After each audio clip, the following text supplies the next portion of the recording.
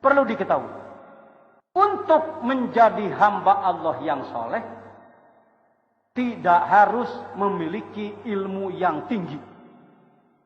Maknanya dengan ilmu dasar yang sedikit pun, asal diamalkan dengan istiqomah, Anda bisa wusul kepada Allah.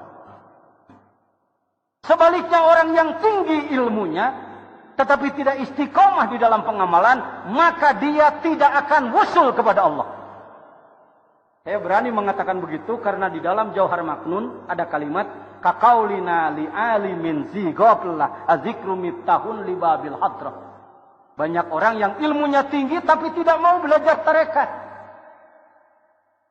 Maaf beribu maaf, saya tidak bermaksud memponis atau menyinggung. Tidak akan wusul pada Allah tanpa menerima talqin zikir thariqah.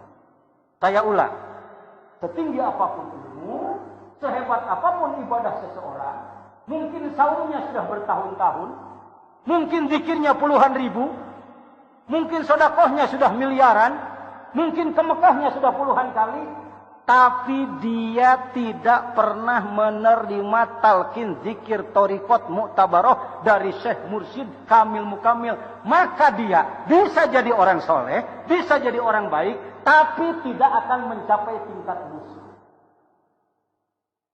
Bung Rada bingung? Galak-galak teuing ajengan. Bukan Pak Jejen yang ngomong begitu. Lihat dalam kitab Tanwirul Qulub.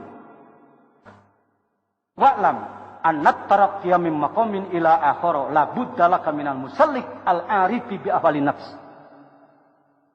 Ketahuilah bahwa pergeseran peningkatan makom nafsu dari satu tahap ke tahap lain tidak akan terwujud tanpa bimbingan guru al-arif bi ahwali nafsi yang mengetahui tentang perjalanan ruh itu sendiri. Bagaimana membawa orang lain, dia sendiri belum tahu. Mohon maaf beribu maaf. Sekarang banyak ulama, karena sudah jadi ulama, sudah punya santri ratusan ribuan, sudah punya jamaah ratusan atau ribuan, sudah menjadi mubalik terkenal. Rasanya nggak mau belajar lagi. Buat apa belajar lagi? Wong saya sudah jadi syekh, saya sudah jadi profesor, saya sudah jadi guru besar, umpamanya. Saya sudah jadi itu, sudah jadi ini. Mau apa lagi? Saya sudah terhormat, berdoa sudah diijabah. Maaf, masyarakat kita, umat Islam di negara kita, termasuk di Jawa Barat, termasuk di Sukabumi, di Tasik, banyak orang yang kalau bertemu dengan kiai atau bukan kiai, yang pintar berdoa dan doanya dikabul oleh Allah, merasa dia adalah orang yang dekat pada Allah. Berbondong-bondonglah orang datang. Mau kemana? Minta doa karena ayat kiai jatuh. Bahkan menjanjikan. Pokoknya asal salira wani meuli jimat anu 50 juta ieu insyaallah beunghar. Hah, kecil mah bodoh, alhamdulillah boga aya jimat beunghar. Saya tidak menyinggung orang lain kalau ngomong begitu. Karena saya mantan orang begitu. Jadi saya tahu. Karena saya belajar di 3 pondok pesantren hikmah besar. Saya tamat. Sampai syukuran. Sampai izin. Diberi kepala azimah disebutnya. Nggak mudah itu. Untuk sampai mendapatkan kepala azimah itu harus syukuran pakai kambing hitam. Itu. Ya, puasanya harus selesai 40 harian. Bukan cuma 1 kali. Beberapa kali, baru itu boleh. Karena merasa berdoa geus diijabah, ngadoakeun batur diijabah, duit geus loba, ka Mekah Minang, santri loba, kitab dimu ngomong bisa, apalagi? Timbullah keberanian, wahai umat, ikut saya. Ini dampaknya. Wahai umat, ikut saya. Artinya, saya sanggup membawa Anda menjadi manusia yang sampai kepada Allah. Maaf. Orang belum pernah tahu New York. Saya juga belum tahu. Kacaritakeun aya jelema can nyaho New York. Tapi kabatur ngajak wae, ayo dengan saya ke New York. Ayo mari dengan saya ke New York. Sawat sudah tersedia, tiket sudah tersedia, sini uangnya. Nyaho-nyaho nepina ka Malangbong. Balik mawa dodol. Wahai ulama yang saya hormati, bersyukurlah tuan-tuan sudah diberi ilmu yang banyak oleh Allah. Sudah mendapatkan wibawa, dihormati oleh masyarakat, tapi jujurlah bahwa dengan ilmu yang ada, kita ini belum wusul kepada Allah. Bagaimana membawa orang lain wusul pada Allah, kita aja belum sampai. Ya, alhamdulillah, Hadratus Syekh Guru Agung Pangersa Abah adalah orang yang telah melakukan perjalanan ruh dari mulai alam mulki. Alam mulki itu wilayah langit satu, bumi, matahari, bulan, bintang, dan lain-lain, semua planet-planet yang ada di lingkungan alam pertama, alam mulki, itulah alam pertama. Sudah ditembus. Dengan cara apa menembus alam mulki? Menembus bagian jasad. Jasad kita ini diolah, dilakukan ibadah. Melakukan ibadah dan lain sebagainya, maka diri kita sudah menembus alam mulki. Cukup? Belum. Sebab baru alam mulki. Masuklah ke langit ke-1 sampai ke langit ke-7. Bagaimana harus terbang ke sana? Nagayabab, sada Superman? Tidak seperti itu. Yang disebutkan masuk ke alam malakut adalah ibadah tembus ke wilayah kolbu. Saya perlu menegaskan dimanapun, kolbu bukan daging hati. Sungguh sangat kental di Indonesia, di Malaysia, di Singapura, di mana-mana umat Islam menerjemahkan bahwa kalbu itu hati. Fi qulubihim marad, di dalam hati mereka ada penyakitnya. Ketika badan dibuka adalah daging hati, warnanya hitam, berada di sebelah dada kanan. Di sebelah kanan di wilayah dada. Mohon maaf, yang disebutkan kalbu dalam ilmu tasawuf bukan itu. Kalau itu liver, kalau itu kabid. Itu fungsinya adalah untuk menyaring. Menyaring apa? Menyaring racun dari wilayah ginjal agar tidak masuk kemana? Ke dalam jantung. Yang disebutkan kalbu adalah dimensi abstrak. Ngomong sama-sama. Dimensi, dengan kata lain, dimensi ketuhanan dalam diri manusia. Gudang-gudang sifat manusia. Gudang sifat manusia atau yang disebutkan kalbu pada dimensi batiniah ini adalah 7 lapis yang disebutkan latifah. Latifah qalbi, latifatul ruh, latifatul sirri, latifatul khofa, latifah akhfa, latifah nafsi, latifah kolab. Itulah wilayah kalbu yang dimaksud gudang sifat manusia. Mohon maaf, kalau tidak ke Suryalaya kita tahu nggak yang gini-gini? Jangankan Anda, saya yang katanya kiai pembahas Ihya saya, pembahas Bukhari, maaf, pembahas Muslim, pembahas tafsir dari tafsir 1 jilid sampai tafsir 20 jilid, insya Allah. Dalam kapasitas sebagai ulama, mohon maaf Bapak Ibu, dengan membaca tafsir yang 20 jilid, belum dijelaskan tentang latifah-latifah. Di antara sekian ratus tafsir Al-Quran yang besar, hanya tafsir Al-Jawahir yang menjelaskan itu. Tafsir Al-Jawahir. Itu pun tidak sampai kepada talqin. Ihya 5 jilid. Disyarahi menjadi 10 jilid. Ittihafus Sadatul Muttaqin Imam Ghazali. Imam Qardawi menghormati Imam Ghazali. Sebagai pemikir ulung masa kini. Sebagai imam ulama masa kini Imam Qardawi di Qatar. Beliau adalah pengagum Imam Ghazali. Imam Ghazali sendiri dalam ittihafnya, dalam ihya'nya tidak menjelaskan talqin dzikir. Ya, dengan sangat hormat saya kepada Imam Ghazali. Imam Al-Qushairi tidak menyebutkan dzikir. Talqin dzikir. Imam Ibni Athaillah As-Sakandari 293 hikmah terkenal di dunia kitab Al-Hikam tidak menjelaskan talqin dzikir di dalam. Karena itu, sebelum saya ke Suryalaya, saya sudah berguru kepada beberapa guru tarekat.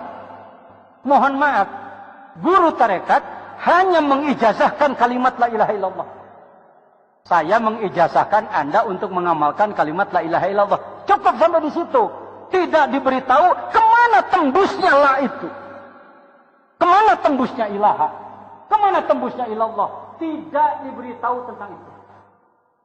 Ya, saya tidak menjelekkan yang lain, karena dalam tambah tidak boleh membicarakan perguruan yang lain. Tetapi yang saya alami, saya belajar tarekat kurang lebih di 7 guru tarekat, saya tidak menemukan itu.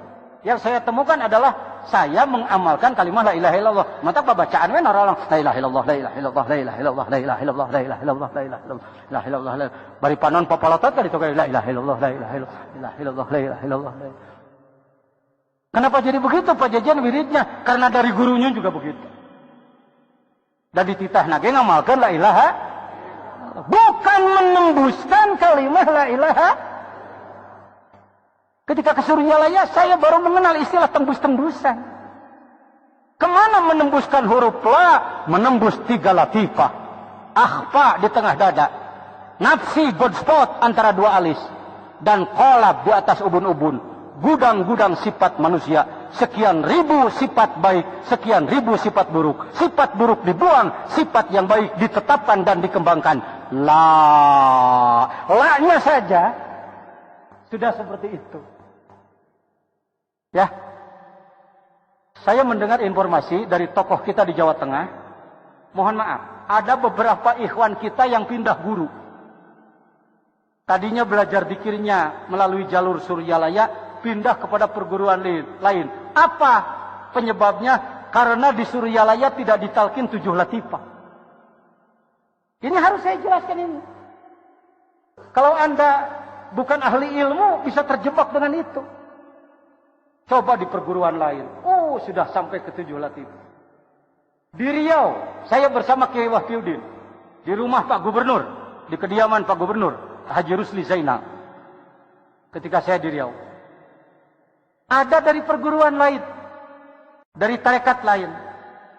Karena mereka telah melaksanakan pertemuan. Dengan kurang lebih 5.000 ikhwannya di sana.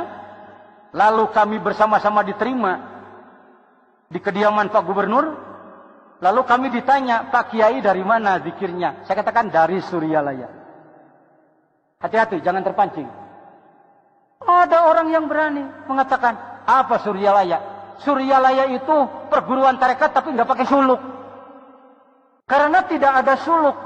Orang dikumpulkan 3 hari atau seminggu, tidur bersama, disekat-sekat pakai kelambu, lalu saum bersama dan wirid bersama. Di Suryalaya nggak ada suluknya. Tarekat apa itu? Saya di situ terus terang tidak menjawab. Karena saya kalau menjawab nanti timbul keributan. Karena saya lihat yang ngomong bukan alim, bukan ahli ilmu. Ngomong yang lain ahli ilmu sok debat kusir. Tungtungnya jadi pasea. Naon da Suryalaya mah teneangan menang. Kalau saya melapor ke Pangersabah, paling Pangersabah mengatakan, "Kenek kumaha batur we." Beliau kan begitu, enggak pernah melawan. Nah, baik hadirin. Saya jawab sekarang. Khotaman seminggu sekali itu suluk. Zikir setiap pada sholat itu suluk. Ya. Manakiban sebulan sekali itu suluk. Namanya riyadhah. Datang ke satu tempat, kita mengeluarkan biaya, mengeluarkan waktu dan lain sebagainya. Itu suluk, itu riyadhah itu. Jangan disebut di Suryalaya teu aya naonna. Teu aya suluk. Nah, zikir itu sendiri sudah suluk itu. Ai suluk teh mapai jalan menuju Allah suluk teh. Tetapi Pangarsa Abah sangat bijaksana, tidak membuat kegiatan suluk khusus. Kenapa? Beliau sudah menimbang manusia zaman sekarang ini kebanyakan sibuk. Ya. Usaha, bisnis, gawe jeung sajabana. Kalau ada yang mengatakan saya tidak akan belajar tarekat karena saya masih sibuk, maka dijawab oleh Pangarsa Ajangan Gawas, justru tarekat ini untuk orang sibuk. Hayo rek lompat ke mana? Baik. Oh, gitu. Ya. Jadi wusul itu saudara, masuklah ke kalbu, ke wilayah batiniah, dimensi batiniah dalam diri manusia. Kalau orang ibadahnya sudah tembus ke wilayah kalbu, maka berarti roh dia sudah tembus ke wilayah samawat, malakut, ke wilayah langit 1 sampai 7. Syukur ge Bapak teu ngarti lah nu kieu mah. Nah, gaduh ke ibadah geus nepi ka mana saya nyaho teuing teu nyaho. La ilaha illallah. Daripada nyaho lege ge mending kena teu nyaho. Ya, artinya saya tidak mengatakan Anda yang tidak tahu saya anggap jelek. Sanajan bari teu nyaho, da ukur. Anda naik bis mau ke Banten. Mana nyaho Banten? Henteu. Ayeuna rek ka mana? Ka Banten keur numpak bus. Teu nyaho genep heuh. Saudara-saudara walaupun tidak paham bahasan mulki malakut jabarut lahut, akan baik ngarti ge deduk ke pigawe. Anda yang sedang merokok tara-tatanya nikotinnya berapa, zatnya berapa, tara sedot peledug dus. Itu contoh ya, contoh. Saya bukan memerintah Anda untuk sering merokok, bukan. Ini gambarannya. Paham ya nama? Kalau orang terus mengamalkan zikir bertarekah, dibimbing oleh Syekh Mursyid Kamil Mukammil dengan panduan referensi yang benar, lalu tembuslah ke lapis ketiga pada dirinya yang disebutkan fuad, maka roh Anda sudah masuk ke wilayah Jabarut. Kembali tengah tiga. Wingat tukang beca aja mah bodoh halus ya mah. Cek sia bodoh teh. Cek Allah manggeus ka Jabarut. Pangarsa Abah itu tidak banyak ngomong. Kamu muridku sudah sampai tingkat anu. Di sini bukan perguruan karate, nggak pakai sabuk hitam, sabuk coklat. Saya sengaja menyampaikan ini karena saya diberi perintah untuk bicara sekarang. Kadang-kadang Ikhwan TKN lingkungan Suryalaya begitu mendengar di perguruan lain ada khotam. Saya pernah menyampaikan di Suryalaya ada khotaman nggak? Ada khotaman nggak? Apa itu khotaman? Wirid, wirid. Anda kalau tahu di perguruan lain, khotaman itu khotam. Khotam itu penaikan tingkat. Kalau ada murid, oleh guru diukur, murid ini harus sudah naik tingkat. Maka Ikhwan dikumpulkan membaca khotam dalam rangka meningkatkan, menaikkan tingkatan murid yang ini. Di Suryalaya kayak gituan tuh. Entah.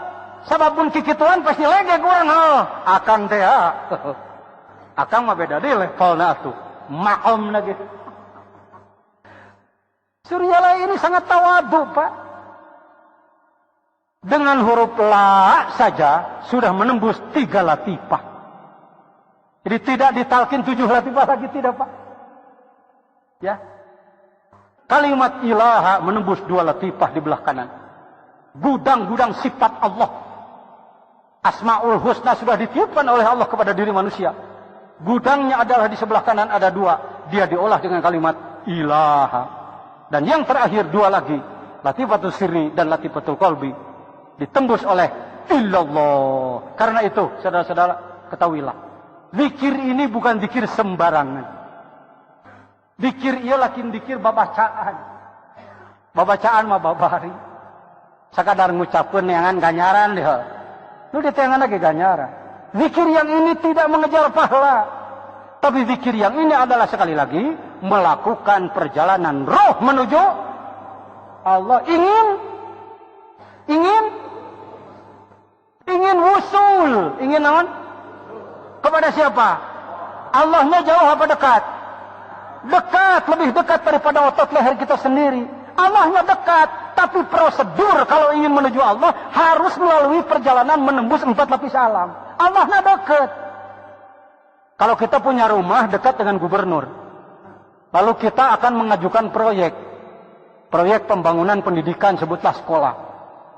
Apakah karena rumah saya dekat Pak Gubernur, lalu saya lempar proposalnya, Nur, dekat iya lah. Kemudian cek gubernur, naon teh? Jelema teu waras di mana? Paham begitu, paham? Dekat dengan rumah gubernur? Dekat dengan bupati? Apakah kalau Anda mengajukan proposal proyek berarti cukup dilempar karena dekat? Tetap harus melalui kamana heula, KRT heula. Rekomendasi RT RW, kadus, kades, baru camat, baru bupati, baru gubernur, apalagi kalau ingin ke presiden. Paham ya? Allah dekat atau jauh? Tapi untuk sampai kepada Allah ada prosedur, lain proposal. Ada prosedur, ada aturan. Harus diguide, dibawa oleh yang ahli. Kita lakukan perjalanan ruh menuju Allah. Dari mulai pertama kita sambungkan ruh kita kepada guru.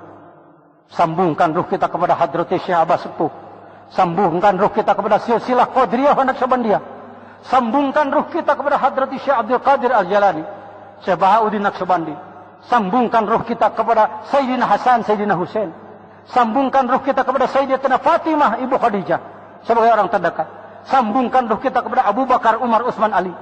Sambungkan ruh kita kepada para nabi. Nabi Khidir, Nabi Ilyas, dan lain-lain. Sambungkan ruh kita kepada para malaikat, Jibril, Mikail, dan lain sebagainya. Sambungkan ruh kita kepada seluruh alam. Pohon-pohon, air, batu, dan lain sebagainya.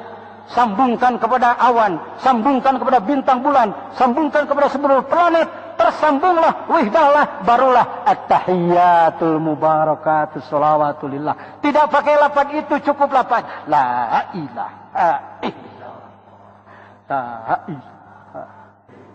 Terasa getarannya ke kuduk, terasa getarannya ke punggung, terasa getaran kemana-mana. Karena Anda tersambung dengan roh semua alam. Lain gagabah mager. Lain dikir salah kadar, lain dikir ecek-ecek, dikir suryalaya, Masya Allah. Jadi yang disebut sampai ruh itu ketika kita terus tembus, tersambung kepada semua alam. Tidak harus disebut di dalam hatimu, tidak harus disebut dalam mulutmu. Asal mengamalkan itu, resonansi, tersambunglah dengan semua alam. Subhanallah ma fis samawat. Pohon-pohon sedang berzikir, batu-batu sedang berzikir, air sedang berzikir, ayam sedang berzikir, ikan sedang berzikir, bintang sedang berzikir. Nu kadol dikir mah manusia. Anu dititah kadol. Makhluk yang lain geus harari dan kana zikir. Maka urang teh nyesuaikeun diri jeung manehna. Cek tangkal awi teh meureunnan, ikut nih ye. Cek batu teh meureun ikut nih ye. Ngiringan, hayang ngiringan zikir. Maka resonansilah bersama mereka, bergabunglah bersama mereka. Amin.